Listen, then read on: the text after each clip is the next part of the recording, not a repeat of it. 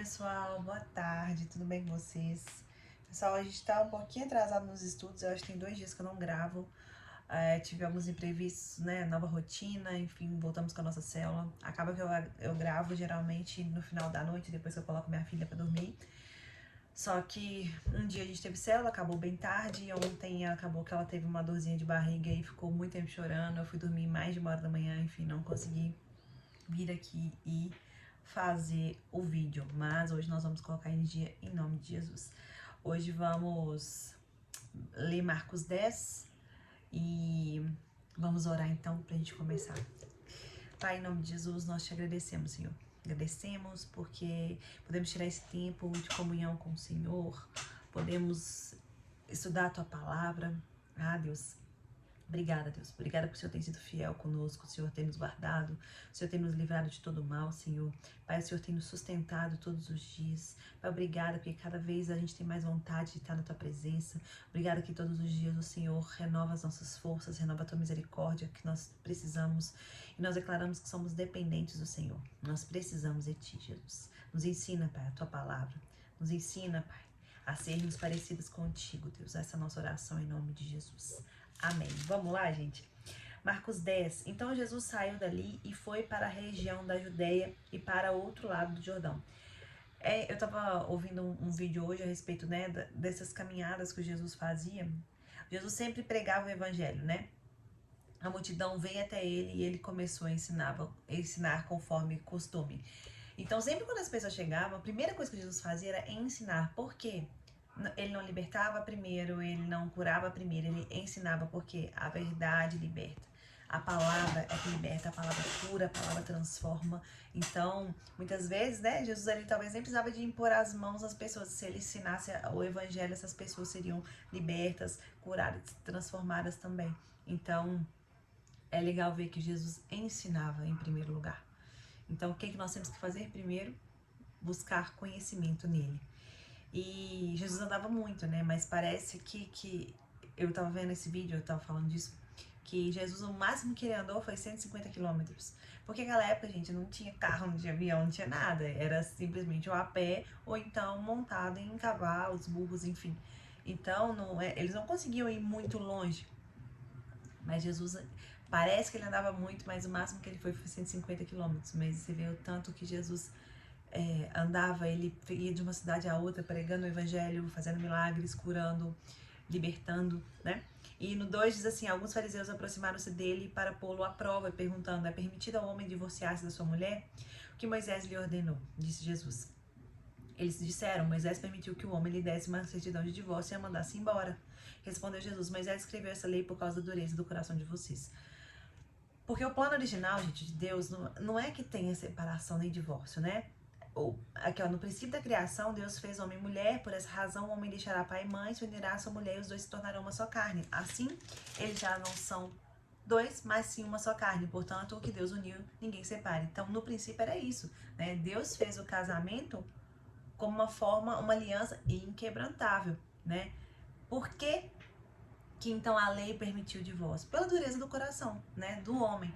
O que é a dureza do coração do homem? A desobediência, né? O não cumprimento dos mandamentos, os pecados, né? A fraqueza da carne. Isso é a dureza do coração, a cegueira espiritual. Então, porque o homem pecava e porque o homem traía, porque o homem o homem no sentido de homem e mulher, tá, gente? O ser humano fazia as coisas erradas, desobedecia, né, a vontade de Deus, que era ser realmente o que Deus uniu, ninguém separe. Por isso a lei autorizou o divórcio.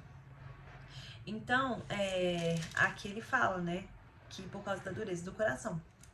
Então, continuando, no 10 diz assim: quando estava em casa novamente, os discípulos interrogaram Jesus sobre o mesmo assunto. Eles ficaram em dúvida, né, a respeito disso, porque para Jesus aqui ficou claro, né, o mandamento de Deus é que não haja divórcio. Mas, devido ao comportamento humano, que é autorizado nos casos, por exemplo, de traição, né, nos casos de violência, abandono, enfim, tem alguns argumentos, né, que é autorizado a questão do divórcio. Mas, gente, a gente tem que entender que hoje os casamentos são muito voláteis. Tipo assim, eu casei hoje, amanhã eu não quero mais, tchau pra você. As pessoas não lutam pelo seu casamento, não tentam melhorar, não buscam ajuda, simplesmente, a gente gostar, essa pessoa é muito difícil, eu vou largar. Cara, muitas vezes a gente não vê pessoas pagando um preço de oração pelo casamento, simplesmente querem desistir na primeira dificuldade, né? Uma crise financeira, quer largar o cônjuge, às vezes o cônjuge cometeu algum erro, no sentido de, né?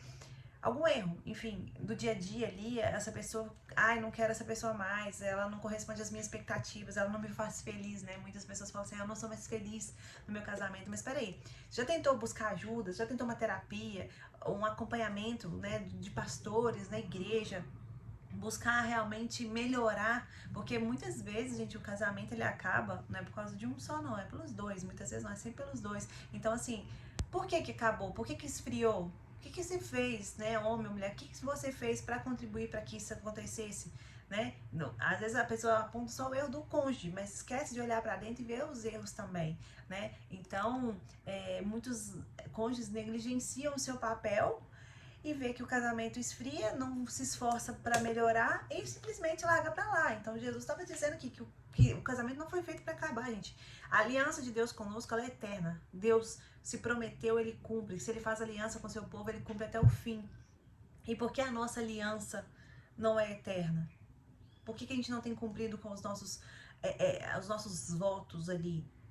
Por causa do erro do homem mesmo, da fraqueza humana. Então, o casamento não é simplesmente um contrato que você amanhã pode cancelar. Nós temos que lutar por esse casamento, aprimorar, estudar, aprender sobre casamento. Se você está tendo muita dificuldade no seu casamento, buscar ajuda, um casal mais capacitado, um casal mais experiente, né, que tenha os valores, princípios cristãos. Cuidado com quem você também se aconselha, porque hoje em dia, dependendo do lugar com que você aconselha, a pessoa vai, larga pra lá, deixa esse casamento pra lá, vai ser feliz, né? Então as pessoas casam nesse sentido, tipo assim, eu quero ser feliz no meu casamento, se eu não tô sendo feliz no meu casamento, eu vou largar e vou arrumar outra pessoa. Não, conversa, sabe? Busca o diálogo, busca melhorar junto, vai buscar o Senhor juntos, faz um propósito de oração com seu marido, com sua esposa, sabe?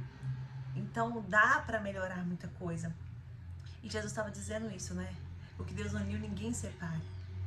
Então, os discípulos, ele respondeu assim para os discípulos: todo aquele que se divorciar da sua mulher e se casar com outra mulher estará cometendo adultério contra ela. E se ela se divorciar do seu marido e casar com outro homem, estará cometendo adultério contra ele. O que Jesus está dizendo é que assim, o fato de divorciar, né, não quer dizer necessariamente um novo casamento. E outra coisa, as pessoas às vezes se divorciam pra ter outro casamento. Então, o fim do divórcio, gente, muitas vezes é pra uma questão de proteção mesmo, por exemplo, do homem e da mulher que tá correndo risco de vida, ou uma traição, né, onde aquela aliança foi quebrada. Muitos casais buscam se reconciliar, né, se há mudança de comportamento, se há arrependimento mesmo. Muitos casais conseguem reconstruir esse casamento e muitas vezes, assim, dá certo, né, ao perdão, ao arrependimento, mas outros decidem mesmo romper depois dessa traição, que a própria lei diz que a pessoa está liberada, né, dessa aliança, porque o outro cônjuge não cumpriu com o seu compromisso dessa aliança, mas tem casais que tentam e continuam, né, e há mesmo uma restauração desse casamento, porque Deus tudo pode fazer, né? Claro, se os dois querem, se os dois estão dispostos a mudar, a se perdoarem, a fazer diferente, enfim. Mas aqui, entender que, sim, tem gente que larga o casamento, vira as costas para lá como se fosse qualquer coisa, como se não tivesse que cumprir com a sua palavra. Então, a gente tem que entender que a aliança que nós fazemos com o nosso cônjuge é muito séria. Ela é uma aliança inquebrantável. Ela é uma aliança que tem que ser honrada. Os seus juramentos, ele tem que ser honrado na alegria, na tristeza, na saúde, na doença. E é assim, quando nos momentos de dificuldade, você não tem que abandonar seu cônjuge, não. Você tem que ficar do lado dele, né? Lutar por esse casamento. Enfim, vamos pro 13 agora, né? Quando Jesus fala de Jesus às crianças. Alguns traziam crianças a Jesus para que ele tocasse nelas, mas os discípulos os repreendiam. Quando Jesus viu isso, ficou indignado e lhes disse: deixem vir as minhas crianças, não as impeçam, pois o reino de Deus pertence aos que são semelhantes a elas, né? Então, aqui primeiro Jesus estava enfatizando a importância das crianças, porque naquela época, gente, uma criança, ela não era... criança e mulheres naquela época não eram pessoas muito valorizadas, né? Então, assim, só depois de uma certa idade que eram considerados, né, uma pessoa adulta, enfim. E Jesus estava dizendo da importância das crianças e outra coisa. E ele falou algo muito importante aqui, que foi o reino de Deus pertence ao que são semelhantes a ela, ou seja, pessoas que têm pureza, pessoas que são dependentes dele, de Deus, que aceitam, né? Uma criança, ela aceita de bom grado. O reino, ele é aceito, né? A gente não faz nada por merecer. Nós recebemos o reino de Deus, né? Quando a gente se entrega verdadeiramente a Jesus. Então, ele estava ensinando isso, nós temos que ser semelhantes às crianças, na pureza do nosso coração, em sermos totalmente dependentes. Uma criança depende totalmente do pai e da mãe, ele confia totalmente no pai e na mãe, então nós devemos confiar no Senhor assim também. Digo-lhes a verdade, quem não receber o reino de Deus como uma criança nunca entrará nele. Em seguida tomou as crianças nos braços, impôs-lhes as mãos e as abençoou. No 17 fala sobre o jovem rico, a gente já leu isso em Mateus. O jovem rico, né, ele queria herdar a vida eterna, e aí Jesus falou assim com ele, você conhece os mandamentos? Não matarás, não adulterarás, não furtarás, não darás falso testemunho, não enganarás ninguém, honra teu pai e tua mãe. E ele falou, mestre, tudo isso eu tenho obedecido desde a minha adolescência. E Jesus olhou para ele e o amou e falou uma coisa, vai, venda todos os seus bens, dê aos pobres e depois vem e siga-me. E então ele ficou triste, né, porque ele tinha muitos bens. Aí Jesus diz assim, como é difícil aos ricos entrar no reino de Deus. E os discípulos ficaram admirados com essas palavras, mas Jesus repetiu, filhos, como é difícil entrar no reino de Deus. É mais fácil passar um camelo pelo fundo de uma agulha do que um rico entrar no reino de Deus. Por quê, gente? A questão da riqueza, não é que a riqueza impede, né, de entrar no reino de Deus. Então, pessoas que têm dinheiro não vão herdar, só as pessoas pobres, não é isso. Mas a questão estava rolando do coração dele. Porque a segurança que ele tinha ali era no dinheiro. Ele idolatrava, e quando Jesus falou, larga esse dinheiro e me segue, ou seja, larga tudo por mim, ele ficou triste, ou seja, ele tinha um apego à condição financeira dele, então ele não amava Jesus acima de qualquer coisa, né? Apesar de cumprir todos os mandamentos que ele falou. Então, os discípulos ficaram perplexos e perguntaram uns aos outros, neste caso, quem pode ser salvo? Jesus olhou para eles e respondeu, para o homem é impossível, mas para Deus não. Todas as coisas são possíveis para Deus. Uau, essa frase é linda, né? De Jesus, e é isso, a gente tem que crer exatamente nisso. Então Pedro começou a dizer-lhes, nós deixamos tudo para te seguir. Respondeu Jesus, digo-lhes a verdade, ninguém que tenha deixado casa, irmão, irmãs, mãe, pai, filhos ou campos, por causa de mim e do evangelho, deixará de receber 100 vezes mais já no tempo presente. Ou seja, aquele que se entrega verdadeiramente a Deus, aquele que larga tudo, não é no sentido de largar tudo não, tá, gente? Verdadeiramente, é no sentido de largar o velho, as velhas atitudes, os velhos pensamentos, os velhos comportamentos, e seguir a Jesus, ou seja, no sentido de cumprir os mandamentos, de seguir os princípios, de ser como ele, de ter um coração verdadeiramente bondoso, amoroso, né? Esse terá recompensa de 100 vezes mais já no tempo presente, ou seja, Jesus não está só prometendo a vida eterna, mas recompensa aqui nessa terra. Então, creia que a vida com Deus é uma vida abundante mesmo aqui nessa terra. Se você não está vivendo essa vida abundante, tem algo acontecendo para que não esteja, né, que não esteja te permitindo viver essa abundância. Porque a promessa de Deus é essa, 100 vezes mais aqui nessa terra, que largar tudo por minha causa e do evangelho. E com eles perseguição. E na era futura a vida eterna. Contudo, muitos primeiros serão últimos e os últimos serão primeiros. O que Jesus está dizendo aqui? Aqueles que acham que estão à frente por poder, dinheiro, por posição, que acham que são melhores do que os outros, geralmente esses vão estar lá nos últimos. E aqueles que se sentem últimos serão os primeiros no reino de Deus. Ou seja, a ordem do reino ela é inversa mesmo, né, das coisas dessa terra. No 32 diz que Jesus prediz novamente a sua ressurreição, e ele fala, né, que está subindo para Jerusalém e o Filho do Homem será entregue aos chefes dos sacerdotes e os mestres da lei. Eles os condenarão à morte e entregarão aos gentios, que zombarão dele, cuspirão nele, o açoitarão e matarão. 3 dias depois ele ressuscitará. Jesus estava predizendo, né? E continuando aqui, nisso, Tiago e João, filhos de Zebedeu, aproximaram-se dele e disseram, mestre, queremos que nos façam o que vamos te pedir. Ou seja, Jesus está falando, gente, vai acontecer isso comigo, eu vou morrer, eles vão zombar de mim, eu vou ser entregue aos gentios, eles vão me açoitar, eles vão me matar, eu vou ressuscitar. Só que Tiago e João, aqueles irmãos, eles estavam preocupados com nada disso. Eles estavam preocupados com a posição deles. Aqui, ó. Nos faça o que vamos te pedir. Ou seja, faça a minha vontade, Jesus. Aí ele falou, o que eu quero? O que vocês querem que eu te faça? Aí ele perguntou, permita que na tua glória nos assentemos à tua direita e o outro à tua esquerda. Ou seja, eles não estavam entendendo o que Jesus está falando. Jesus ia morrer. E eles estavam preocupados com o eguinho, com o biguinho deles, aonde que eles iam sentar, entendeu? Na glória. Eles queriam um trono do lado do mais poderoso, que é Jesus. Ai, Jesus diz assim, vocês não sabem o que estão pedindo. Podem vocês beber o cálice que eu estou bebendo, ou ser batizado com o batismo com quem estou sendo batizado? Ou seja, Jesus falou assim, vocês podem passar pelo que eu estou passando porque, gente, para receber o trono, Jesus suportou muitas dores aqui nessa terra. Ele é digno e merecedor desse trono porque ele se entregou verdadeiramente, morreu por toda a humanidade. E eles querendo o trono sem sofrer nada, né? Aí disseram assim, podemos. Jesus disse, vocês beberão o cálice que eu estou bebendo e serão batizados com o batismo com que eu estou sendo batizado. Mas o assentar-se à minha direita e à minha esquerda não cabe a mim conceder. Ou seja, era Deus quem decidiria. Esses lugares pertencem àqueles para quem foram preparados. Ou seja, esses lugares já estão pré-estabelecidos.